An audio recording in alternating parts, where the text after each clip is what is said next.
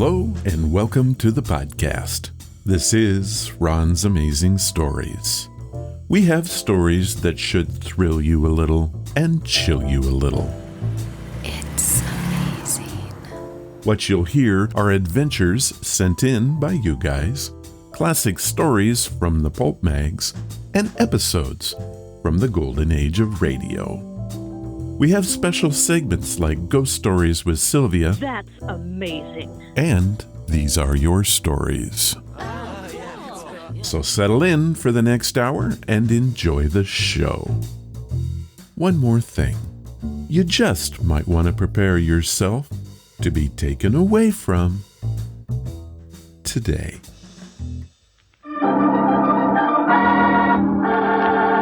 Another 5-minute mystery.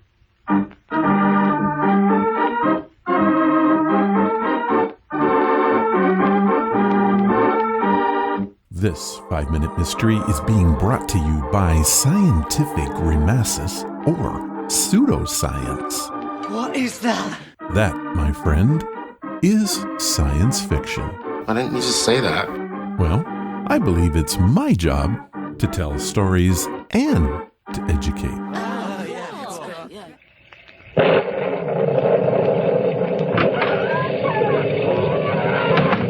Hello, Emily. Carl, it's you. It's reassuring to see that you haven't forgotten me, my dear. Where have you been all these years, Carl?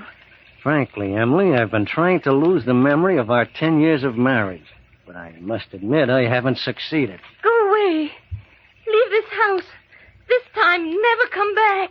I have no intentions of returning after this visit, my dear wife. You see, I'm going to kill you. You're mad.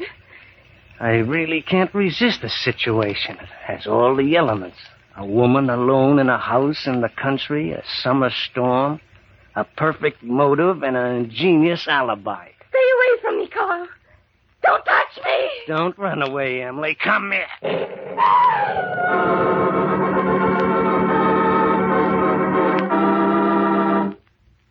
You must have had quite a ride here in this storm. Yes, Inspector, but I wanted to report my wife's death as quickly as possible. I understand you've been away several years. My wife and I separated 10 years ago. How'd you happen to come back? Well, that's rather a strange story, Inspector. It seems that my wife is quite frightened of doctors and refuses to consult them. About 5 days ago, I received a letter from her that she felt she was dying. Well, my wife has always been a strange sort of woman. I hesitate to say it so bluntly, but I'm certain you're aware of the reputation she had here in the village. No disrespect intended, of course, but she was known as being slightly eccentric. Yes. By the way, when can you come out to the house to write a report on the suicide? Well, I'm afraid we'll have to wait till the storm subsides a bit, but I realize you want this whole embarrassing affair disposed of as quickly as possible, so if you'll allow me to have the details, I can begin my report. Good. Well, I arrived at the house about 8 o'clock tonight. I found my wife in her bedroom. She was bleeding from several small wounds. She told me that they were self-inflicted. Didn't you stop the bleeding? Yes, but she only laughed and said there was nothing I could do. You see, she revealed to me that she suffered from hemophilia. It would be impossible to stop the flow of blood. There were too many wounds. The storm seems to be letting up. I think we'll be able to make it to the house now. I must warn you that anything you say will be used against you in your trial. I'm accusing you of the murder of your wife. What flaw did the inspector find in Carl's story? In just a moment, we'll know, but first...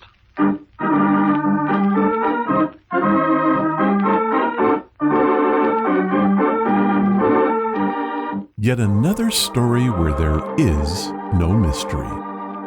I agree.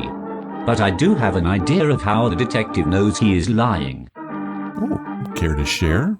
No, I do not. And why not? I would like to research my hypothesis. Oh, you're going to go Google it. I resent the accusation. More like you resemble it.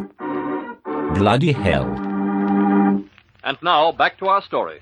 Carl, you murdered your wife, and with one of the most gruesome methods I've ever encountered. Your story stamped itself as a lie when you told me your wife said she suffered from hemophilia. For your information, my friend, women never suffer from the affliction of hemophilia. They may transmit it to male members of their family by means of heredity, but they themselves are never affected by it.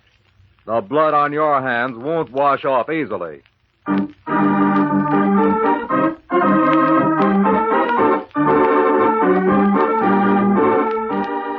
Wow, that was pretty gruesome.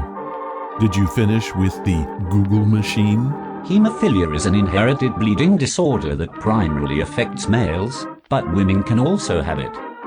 Ah, then the detective was wrong. He was, but that creepy guy is still guilty.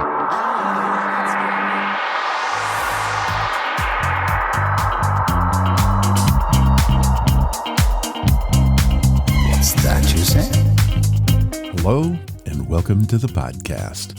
Today we feature a science fiction biased show. We have a detective story from a distant space colony. A UAP adventure from Texas I found riveting.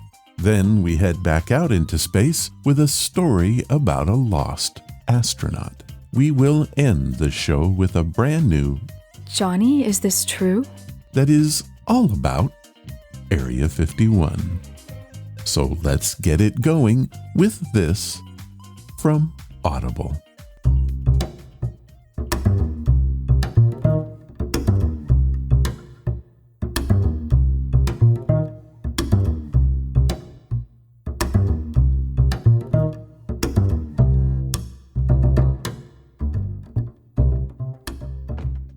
Today's podcast is brought to you by Audible. Get a free audiobook and a 30-day free trial at audibletrial.com/Ron's Amazing Stories. They have over 180,000 titles to choose from for your iPhone, Android, computer, Kindle. Whatever you have, you can listen to Audible on it. So what am I listening to? Lost Planet Homicide by Larry Correia, narrated by Oliver Wyman. When the biggest colony ship in human history was sent out to settle a paradise world, an accident hurled it into uncharted deep space. 1,000 light years from Earth, with no way home and no way to call for help, the colonists' only hope for survival was one barely habitable planet in range, a nightmare world they named Croton. Landing on the only 5 mountain peaks tall enough to rise above lethal acid clouds, the settlers carved a civilization from the rock. 100 years later, 5 Points has grown into a city of corruption and violence. With powerful corporations ruling the surface domes and criminal syndicates running the caverns below, murder, well, it's just the cost of doing business. Here is a clip from the book. Lots of people die in 5 Points every day. The only thing this godforsaken colony doesn't lack for is population. Most of those deaths are by natural causes. They're not my concern. A big percentage of those bodies are murders, but they're still not my problem. Sure, the police get called, only then we find out that the victims had it coming. Play stupid games, win stupid prizes. Every now and then, word will come down from on high that a particular death was for the good of the colony. And it's best if no questions are asked. When that happens, my fellow detectives close the case, send the body to the recyclers, and enjoy the extra money that materializes in their accounts afterwards. Turns out, this city has an astronomically high suicide rate. Go figure. But whenever there's a killing that wasn't sanctioned by the powers above or below, those are my cases. For most of the crimes here, there's no point in investigating, because we already know who did it, but there's nothing we can do about it. They're untouchable. It's when the rogue predators step out of line and hurt regular citizens that it becomes my problem. Solving those murders is what they keep me around for. Cade just might be the only honest cop left on Croton.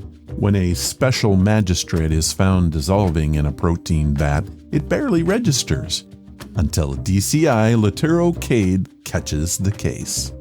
What he finds could threaten the colony's very existence, or at the very least, Cade himself. Now, this is an Audible original story. What that means is you can't go out and buy this book. It was created especially for Audible's included catalog. Many of you have asked, just what is this included catalog? Simply put, it is free stuff that comes with your membership in addition to your monthly credit. You get one free title per month, but there are a ton of titles that are just plain free and can be added to your library. These are updated all the time with stories like Lost Planet Homicide by Larry Correa. Now, if this appeals to you, head to audibletrial.com/Ron's Amazing Stories. Audible is offering a free audiobook and 30 days to give you the opportunity to check out their service. This also gains you access to the included catalog, which I just told you about. So to download your free audiobook today, go to audibletrial.com/Ron's Amazing Stories. Doing so supports the podcast, and you can get some truly amazing stories. Thank you, Audible.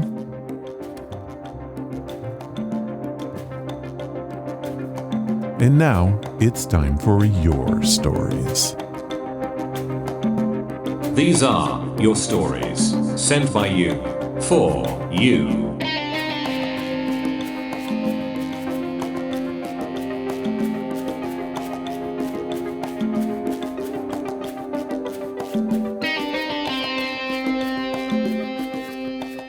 Well, this time we have a UFO story that is going to be hard to believe.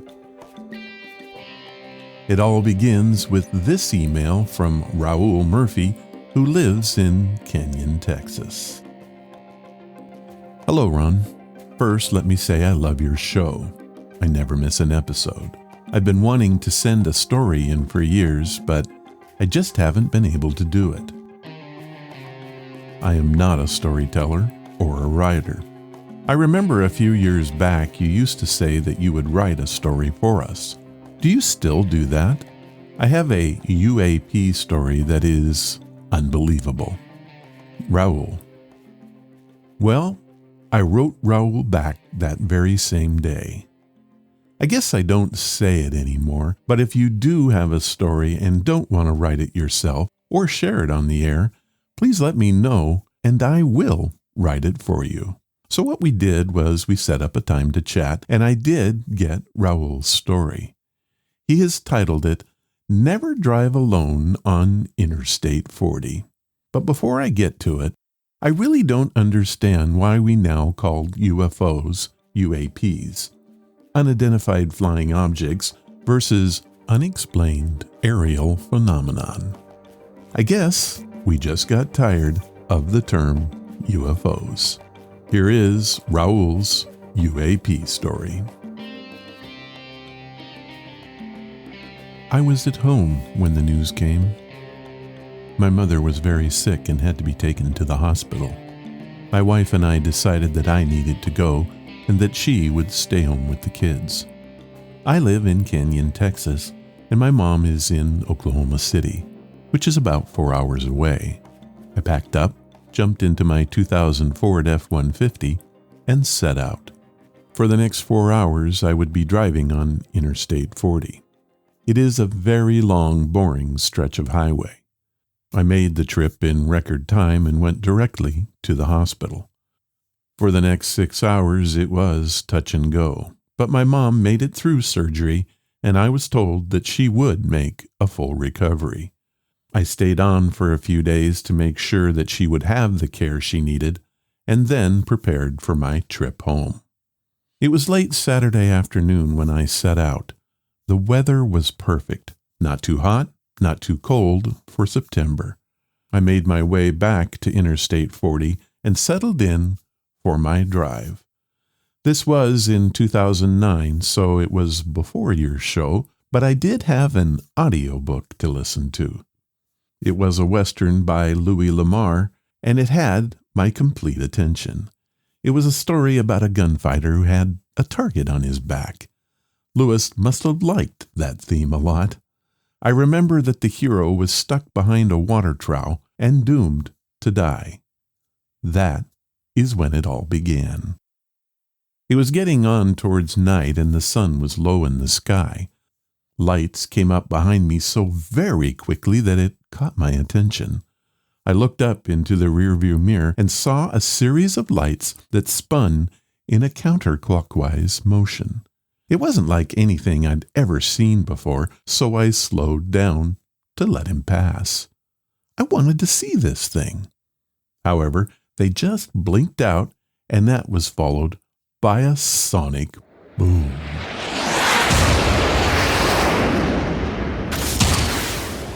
I was startled, and I pulled over to the side of the road. I got out of the truck and looked around.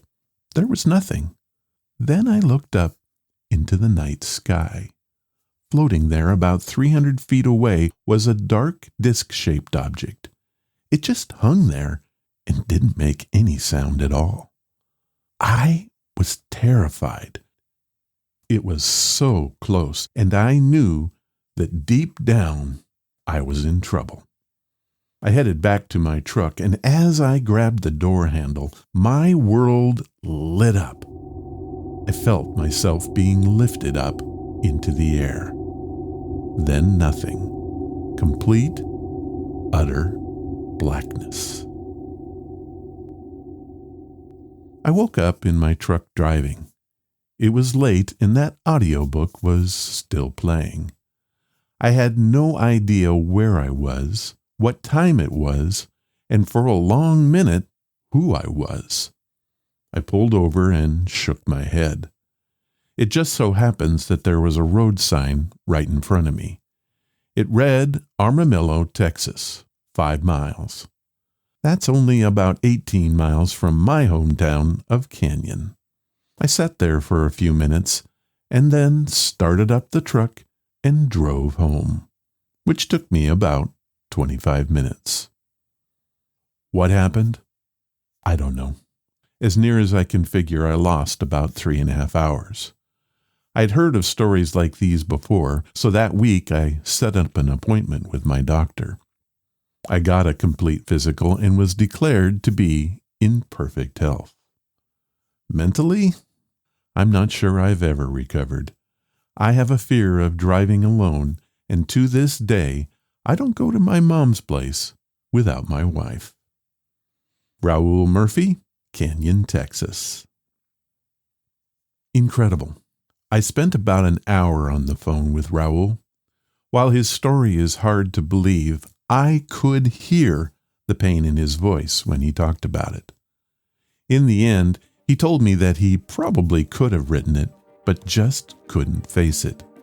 He also said that I was only the 5th person he's ever told his story to. What do I think? I believe Raoul's story. Well, that's it for this time. If you have a story that you want to share, head to the main website at ronsamazingstories.com. Click on the story submission banner, leave your story, give it a title, and tell me where you're from. And do please remember that if you have a story that you don't want to write or tell on the show, I'll do it for you. To Raoul, I say, thank you for your time and your story.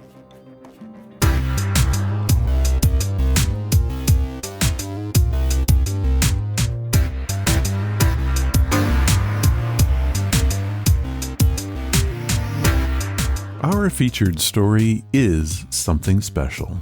I found it on the Internet Archive and can honestly say I've never heard it before. It comes from the OTR series X-1 and is not like anything they ever did.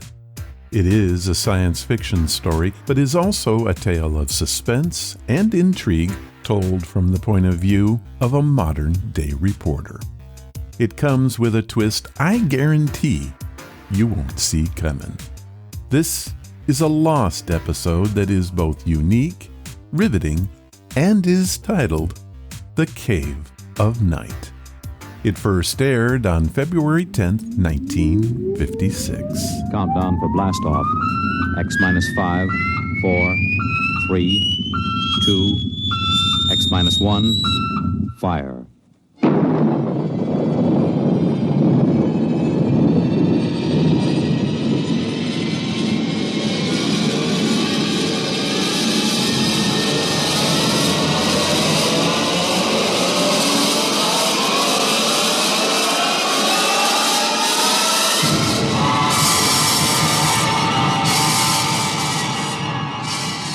From the far horizons of the unknown come transcribed tales of new dimensions in time and space. These are stories of the future, adventures in which you'll live in a million, could be years, on 1,000 maybe worlds. The National Broadcasting Company, in cooperation with Galaxy Science Fiction Magazine, presents X minus 1.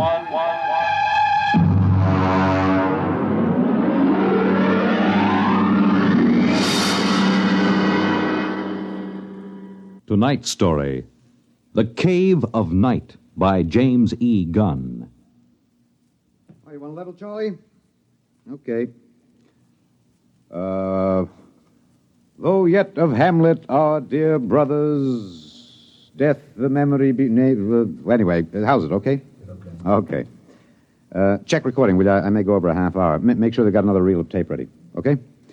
All right, Look, Bill, I've just put the segments of tape together for the next week's show. I'm going to record my narrations, and we'll listen to it together tomorrow. I know this is unusual, but you're the producer, and I don't want you out on a limb that may be sawed off behind us. This week's show is liable to either win us every award from the Peabody to the Pulitzer Prize, or maybe put the network out of business. Okay, we start with the standard opening. Behind the world, etc., 40 seconds. This is Harry Anders, your editor. At 8 o'clock, after the sun has set and the sky is darkening, look up.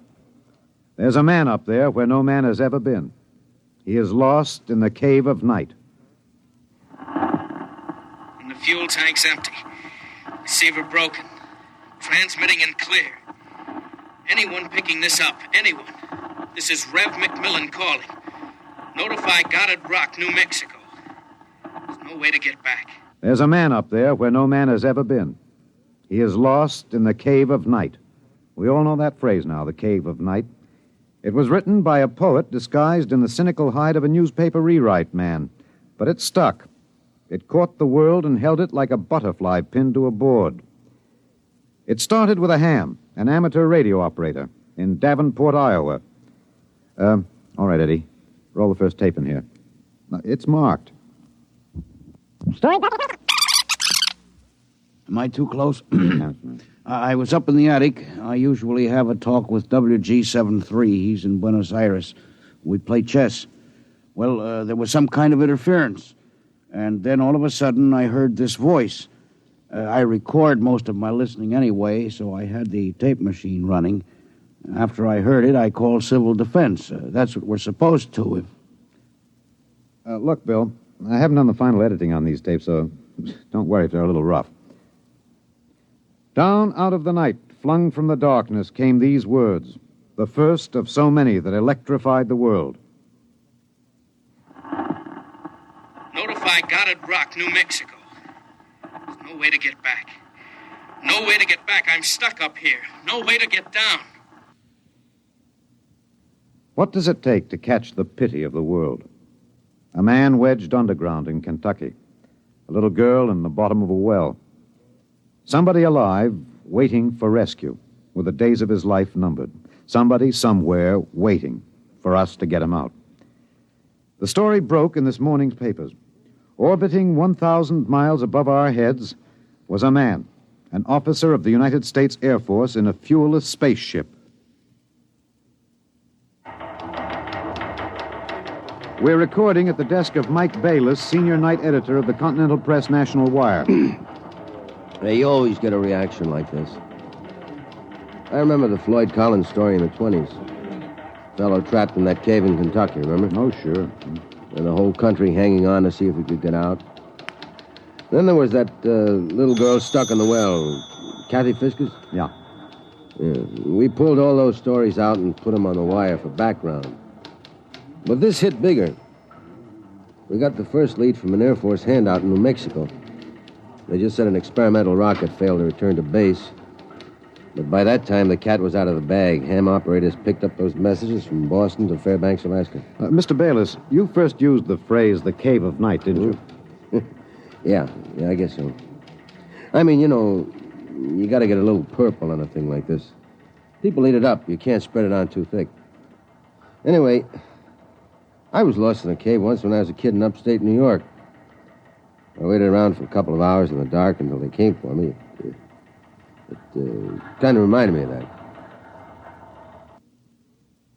It reminded the world of terrors at night, of struggling awake through nightmares. The fears of loneliness, darkness, falling, suffocation, thirst. It reminded me of Rev McMillan. Perhaps I have an advantage over all the other reporters for newspapers and radio and television because I knew Rev McMillan. I knew him in college and in the Air Force. I knew that he was testing rocket-powered craft at Goddard, but I didn't know they were so close to space. No one knew, till those messages of desperation crackled down through the atmosphere. I remembered Rev when I saw those headlines that morning. Straight black hair, Clark Gable ears, a reckless grin. He ate well, reveled in expert jazz and Mozart opera, and he talked incessantly. His southern speech was no drawl. There was too much to say. And now he was alone. And soon all that might be extinguished. The men from the radio newsrooms rushed to Goddard Rocket Base armed with miniature tape recorders. Gentlemen, I'm Colonel Arthur J. Hannigan, Information Officer for Goddard Rocket Base. And I'm authorized to issue the following statement. First Lieutenant Reverty L. McMillan, United States Air Force pilot, Experimental Rocket Division, took off from Goddard Base at 22:34 Rocky Mountain time. His craft, the XR-37 Mark II, a hydrazine nitric three-stage rocket. I'm sorry I can't describe it, boys. Classified. Well, in order to maintain orbit, the motors were pulsed for 1 second every 15 seconds elapsed time. After 3 minutes, the exhaust was seen by ground spectroscope observation to flare for half a minute. As fuel supply is exhausted, the craft has reached sustaining orbital speed. What does that mean, Colonel? He's out of gas. He can't get down. The first mobilization was of the scientific brains massed at Goddard. Few of them knew Rev. Brains at a research project are usually carefully sorted out and salted away from the distractions of the outside world. They designed, they invented, they calibrated and theorized. But they didn't know the short, stocky man with a lopsided grin who rode the fruit of their labor up and out, and now circled the world of his birth, with time ticking out. I covered the hearings in Washington for the network newsroom. I flew down from New York, and the stewardess came out every few minutes to tell the passengers the latest news. She called him Rev, although she never knew him, and once I thought I saw a tear. The hearing was before the subcommittee of the Senate Committee on Military Affairs. Presiding, Senator Alan J. Haggister of Kentucky. All right, General Finch. You've made the technical situation fairly comprehensive, even to an old canebrake, redneck hillbilly like myself. I have tried to make the gravity of the situation apparent, sir. It appears to me, General, that the sacred life of a human being created in the image of his maker is in danger. It is no light thing to be thrown away like some guinea pig. If that ship wasn't safe, if that poor man up there in the Cave of Night is to die, somebody is responsible. Isn't that right, General? Sir, a manned rocket was sent up because of one simple fact. It takes a computer of tremendous versatility and capacity to operate a Harrison-Munch reactor engine. A computer of infinite complexity. And I ask you, General, I put the question to you, why was such a computer not designed? It has been designed, sir. It was designed 500,000 years ago. There is only one mechanism competent to handle those controls, sir. That is the human brain. All right. I turn now to my second question, General, and I ask it not only for myself and my colleagues on this committee, but for 170 million Americans listening on the radio, watching on television. With that man up there living out his last days, why was it not possible to send a ship up after him? Why was there no second ship built? For one reason, Senator, money. The appropriation for rocket research fell short by 12% of the amount needed even to build one vessel. Oh, frankly, gentlemen, the deficiency was made up by cutting corners and diverting funds from other projects. That is not the point, General. There's a man up there who's going to die. With the limited funds you gave us, we've done what we set out to do. We've demonstrated that space flight is possible, that a space platform is feasible. If there is any inefficiency, if there is any blame for what has happened, it lies at the door of those who lack the confidence and the courage and ability of their countrymen to fight free of Earth to their greatest glory. Senator, how did you vote on that? This is Harry Anders in the gallery of the Washington National Cathedral. This is a special prayer service called by the Dean of the Cathedral for the safety of Lieutenant Macmillan and for the success of the recently announced rescue plan. The church is filled. There's a sprinkling of high Navy, Army, and Air Force uniforms. I see General Finch in the second row, next to the Secretary of the Air Force and the newly appointed Undersecretary of Defense, Mr. Winokur. Prominently displayed in the center aisle, below the ornate railing separating the pews from the altar, is the small model of Macmillan's ship. One by one now, the congregation is filing past, dropping checks, bills. I saw one child drop in 12 pennies, one by one. All contributions are to be used to defray the cost of the rescue effort. The congregation is now kneeling to pray. A moment of silent prayer will follow for the safety and rescue of Lieutenant Macmillan. $1 billion was raised in 1 week from voluntary contributions. Another $1.5 billion was appropriated unanimously by Congress. The race began. Would the rescue party reach the ship in time? Of course, we didn't know then. And daily we listened to the voice of the man we hoped to buy back from death. Now, look, Bill, on these Macmillan broadcast tapes, don't let some ignorant engineering vice president holler because it's not broadcast quality. Believe me, I knew Macmillan. There's more of that wild Texan in these tapes than in any hi-fi super-frequency response studio recordings. Just listen. You'll see what I mean. I've been staring out the portholes. I never tire of it.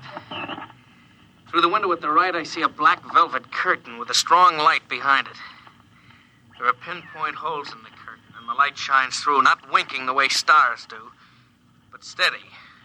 There's no air up here, that's the reason.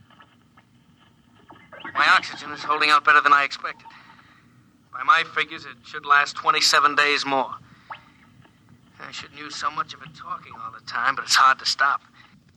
Talking, I feel as if I was still in touch with the Earth, still one of you. Even though I am way up here. Too bad the receiver is broken, but if it had to be one or the other, I'm glad it was the transmitter that came through all right. There's only one of me. There are billions of you to talk to. You can't see me now. You'll have to wait hours for the dawn. I'll have mine in a few minutes. That's the way he talked. And as we listened to the lonely voice from the night, the engineers, the scientists, the construction men worked round the clock. General Finch presented the problem in the pool interview. I asked the questions for the combined networks that afternoon. Most of you heard the complete broadcast live as he briefed the world with the clipped, laconic delivery of a soldier.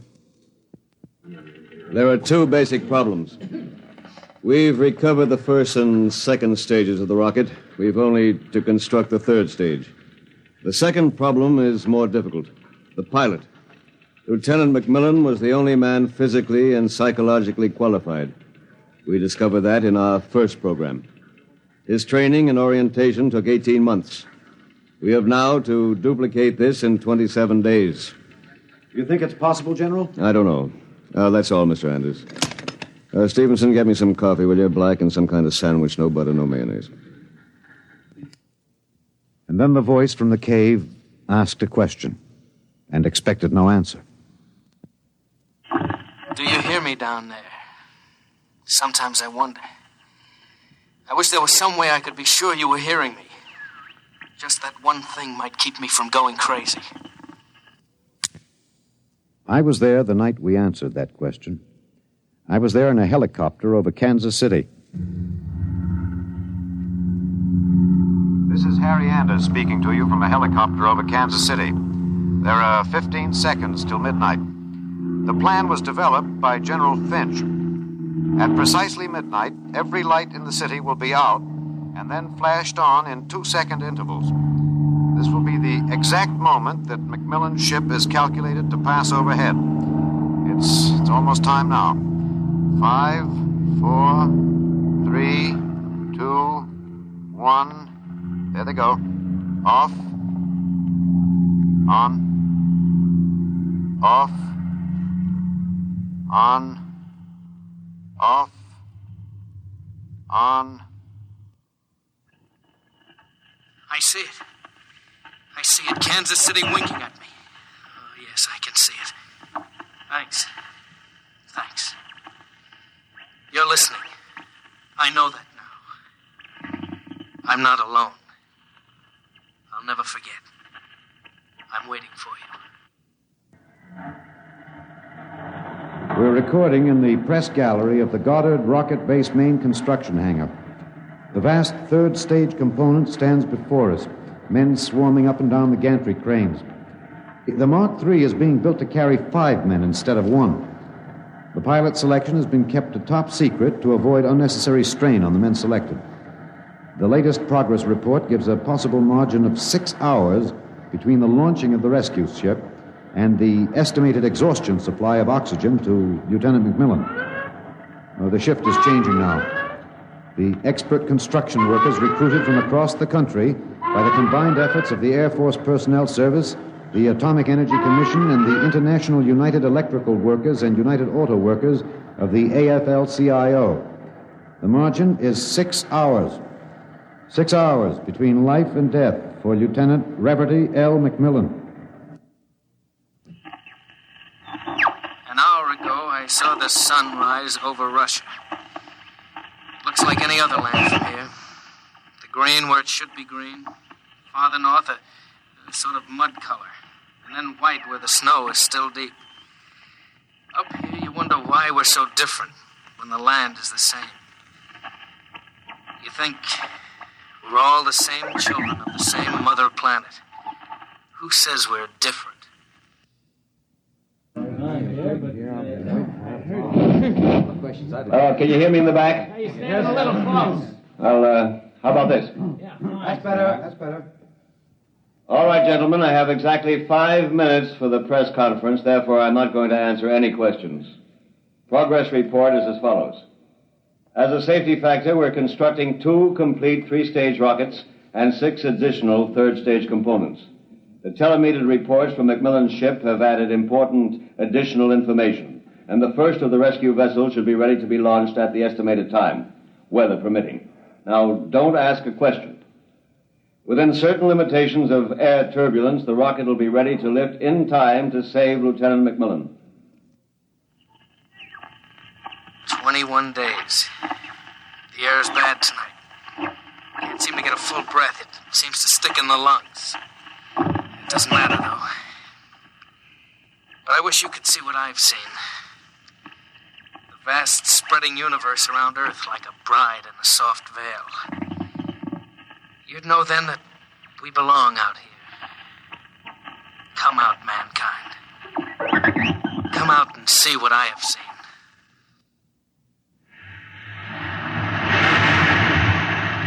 This is Harry Anders at Goddard Rocket Base. The Harrison Munch reactor engine for the first third-stage rescue is being tested here at Goddard. You can hear the roaring of the gases in the test chamber behind me. The work has been stepped up as a new calculation based on the increased temperature reading from McMillan's ship indicates that the exhaustion time will be some 6 hours earlier than originally estimated. The margin of rescue will be in minutes. Air very bad. Better hurry. Can't last much longer. It's silly, of course you'll hurry. But I don't want anyone feeling sorry for me. I've seen the stars clearly. But more than this, I've seen the Earth. There where I have lived and loved. I have known it better than any man. And loved it better. And known its children better. Goodbye. I have a better tomb than the greatest conqueror Earth ever bore. Do not disturb.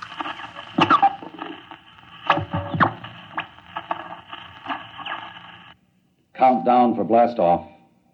5, 4, 3, 2, 1.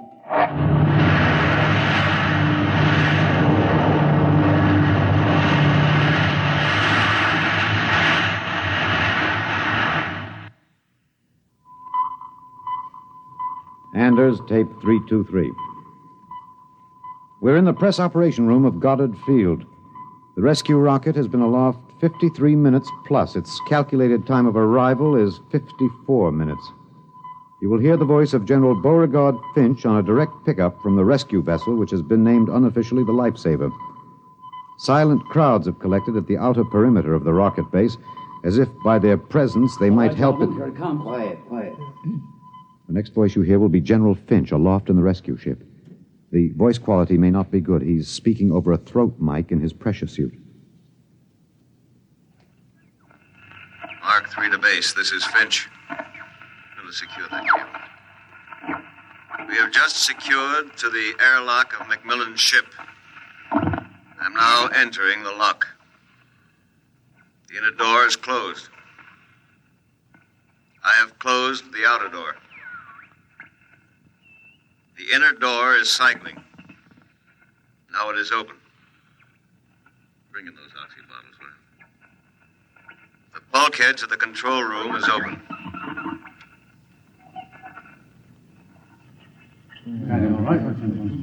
Is he all right? Come on, William. What's happening? Lieutenant McMillan is dead. He died heroically, waiting till all hope was gone. Until every oxygen gauge stood at 0. And then, well, the airlock was open when we arrived. In accordance with his own wish, his body will be left here in its eternal orbit. I'm going to leave now. My feet will be the last to touch this deck. Lieutenant McMillan is in his control chair, staring out towards the stars. I'll leave the airlock doors open behind me. Let the airless, frigid arms of space protect and preserve for all eternity this man they would not let go. Well, that's the show, Bill. Bill, you remember at the conference we hadn't made up our mind whether to pick anything up from the celebration last night after the news of the Mars landing? I said it was the right end for Rev McMillan's story. You said it was old stuff. Every kid knew the sequence. The ships built to rescue Rev, used to set up the satellite base, from the base to the moon and now to Mars. Well, I went out with a mini-tape last night, and I've got the end of the story. Here it is. This is Harry Anders in Times Square. The neon rocket ship at the top of the Times building has just flashed into brilliant light. The signal that the landing signal has been received from the rocket Rev McMillan III. Man has landed on Mars. And a holiday crowd here in Times Square is celebrating like 1,000 New Years rolled into one. I'm being tossed and pushed and clapped on the back all at once. Let's see what the man on the street thinks about man on Mars. You, sir. I'm broadcasting. No. How do you feel about it, sir? How do you feel tonight about man's conquest of space, of the planet? Leave me alone. I'm in a hurry. Just a few words to the... Look, you get your hands off me. Let go of me. I'm not interested. Wait a minute, sir. Wait. Rev! Rev, come back here. Rev! You think I could listen to that voice over and over in a tape editing room and not know every vowel, every consonant? I'm telling you, Bill, I saw him. Rev McMillan. The black hair was gray and those Clark Gable ears were pinned back, but that's a simple operation. I played that piece of tape over and over. It was Rev, I know it. He isn't up there. He's alive. We've got it, Bill. We've got it on our show. We'll break it. Rev McMillan is alive. I haven't written it yet, but we finish it off with this, with a question. Why did they announce he was dead? I'm in the tape editing room now. I've got the reel ready to record the answer. Excuse me, Mr. Anders. Hey, just a minute. I'm recording. You better see the page outside Mr. at the... Anders, I'd like to talk to you for a moment, if I may. I have a letter of authorization. Just a minute. I'll be through in a minute. Look, Bill, I've got the answer now. Last night, they landed on Mars. But that first ship, the one that circles up there now, there isn't anybody on it. There never was, except a 30 days recording and a transmitter. That's all. He was never up there. They didn't have the money for a manned rocket. They wanted a crash program all out, so they sent a decoy up. And we all broke our hearts to rescue the man who wasn't there. Oh, he must be laughing, General Finch and the rest of them, the ones that knew. I guess they had a problem. What to do with Rev? I wonder if he slipped away from whatever guards they have around him to see the celebration. He looked a little sad. I think sometimes he must wish he was really up there in the Cave of Night, seated in the icy control room, 1,075 miles above the Earth, staring out at the stars. Mr. Anders, I must insist... What? Bill. Looks as if I won't have to worry about editing this tape. My friends are from Washington. I'd like to call your attention to the last paragraph. What? Oh, no. It's very simple. You won't have to burn it. It's easy to destroy recording tape. I throw this switch. When the tape goes through the erasing head, it's gone forever. Oh, too bad. Would have made one fine show. Okay. So long, Rev.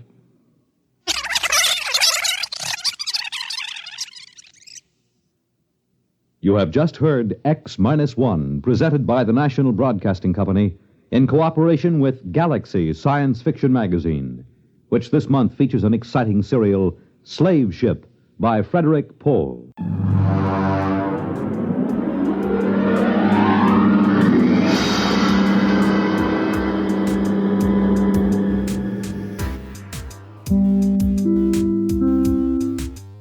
I looked it up and I was hoping that the title of our story, The Cave of Night, had some basis in literature.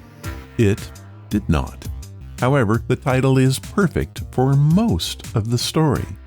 I loved how this one ended, and I may be in the minority, but I didn't see it coming. Even at the end there, I thought for sure that they were going to go in a different direction. We've all heard that the moon landings never really happened. This was written some 13 years before Armstrong stepped on the moon. But it still supports the idea of a conspiracy. Did all those trips to the moon happen? Or did NASA use the hype to build the systems that we have today? Me, I believe that we really went up there. What do you think? James Edwin Gunn wrote The Cave of Night. He was a science fiction writer, editor, scholar, and anthologist.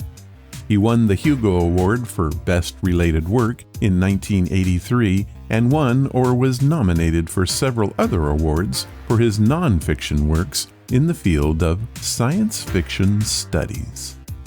The Science Fiction and Fantasy Writers of America made him its 24th Grandmaster in 2007, and he was inducted into their Hall of Fame in 2015. Gunn was a professor of English and the founding director of the Center for Study of Science Fiction. both of those at the University of Kansas. He passed away at the age of 97 in December of 2020.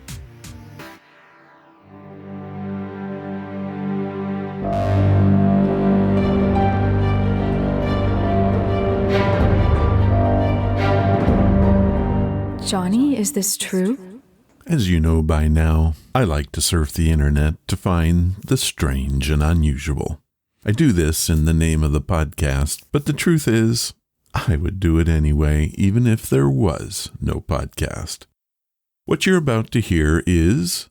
Johnny, is this true? I will tell you a story and then ask the question, did I make it up or is it true? Your job is to decide. Let's get started.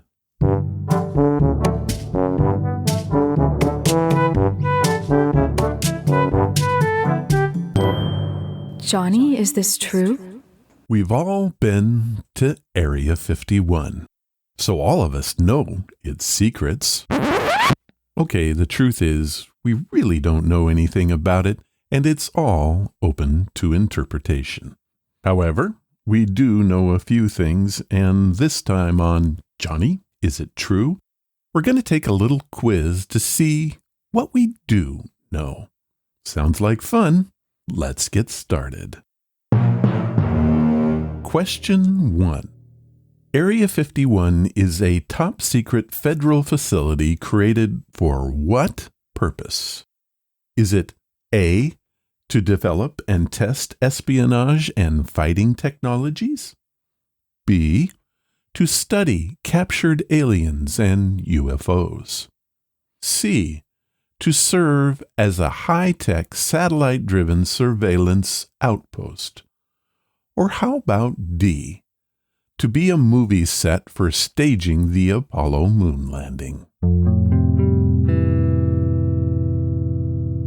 Well, if you said A, you're right. For decades, Area 51 was cloaked in mystery, not marked on any map, far from public roads and prying eyes. But in 400 pages of documents declassified in 2013, the CIA finally acknowledged its existence and its history as a top-secret military test site.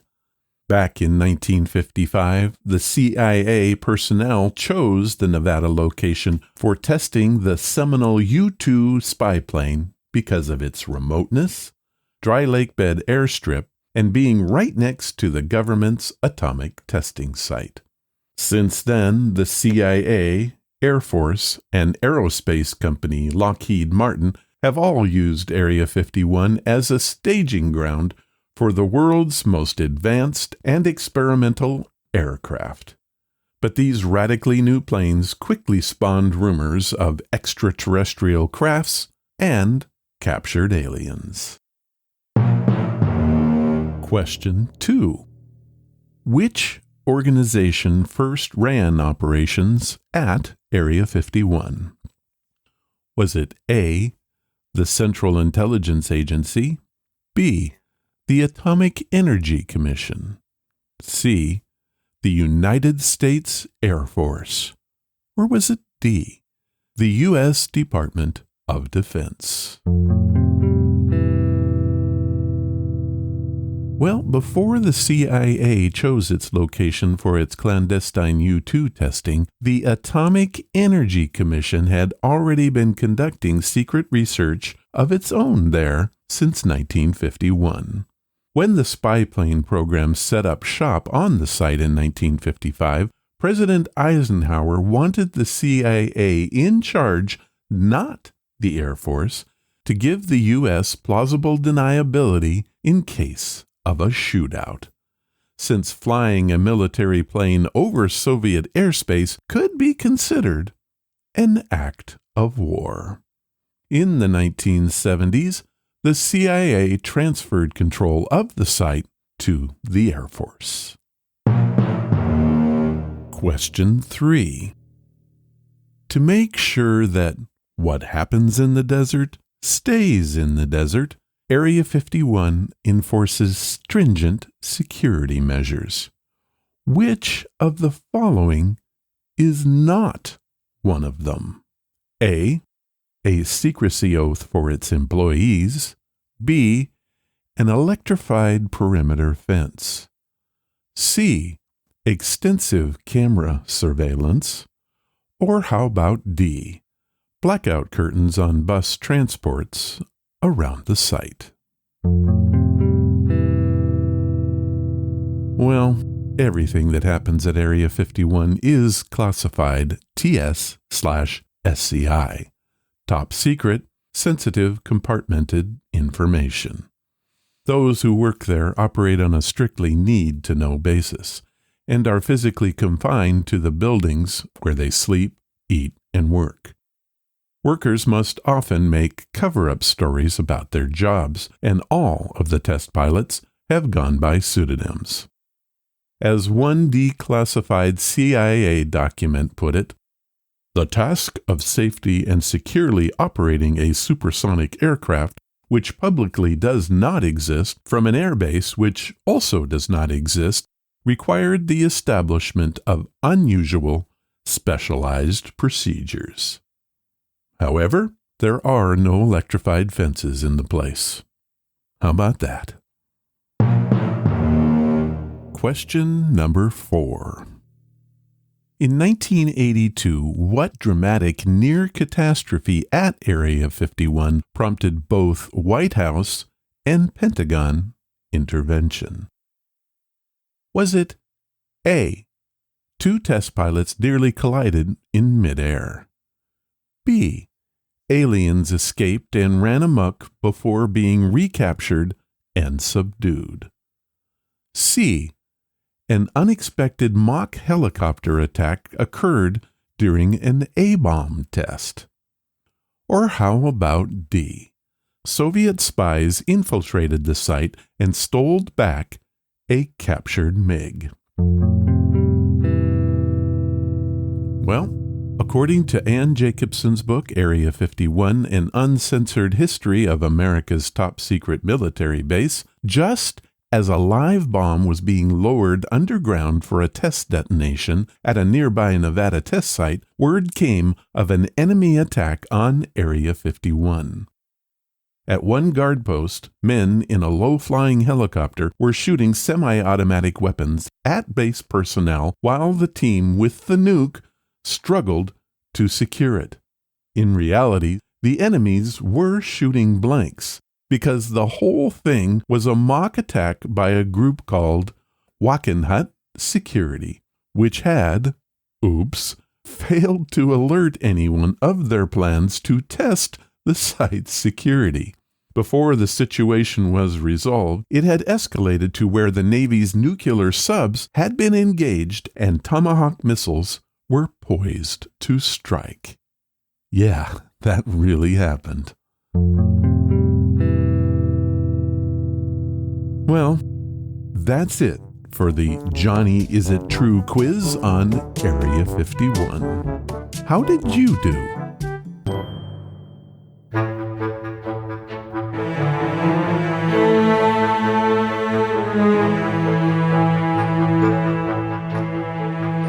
That was episode number 528, and it was really fun to put together.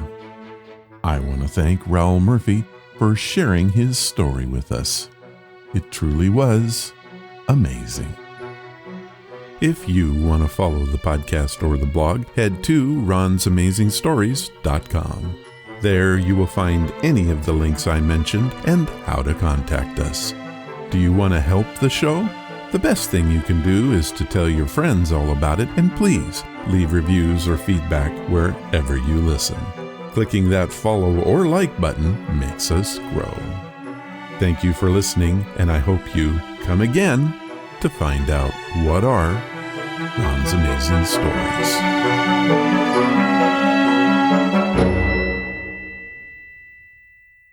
All of the vintage audio used in the podcast is believed to be in the public domain. Ron's Amazing Stories does not own the rights to any of the old-time radio used here. If you hold the rights to any of the shows played, please contact us immediately at ronsamazingstories.com.